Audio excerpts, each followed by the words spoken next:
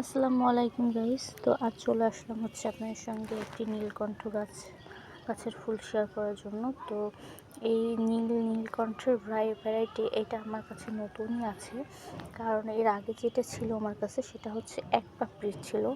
তো মাশাআল্লাহ, আল্লাহর রহমতে আমি নার্সারি থেকে বীজ এনে ফেলেছিলাম। তো সেখান থেকে বেশ কয়েকটি চারা হয়েছে এবং প্রত্যেকটা চারাতেই ফুল চলে আসছে, যে দেখতে পাচ্ছেন। তো আমি এতদিন খেয়াল করি নাই, আমি আজ দেখতেছি।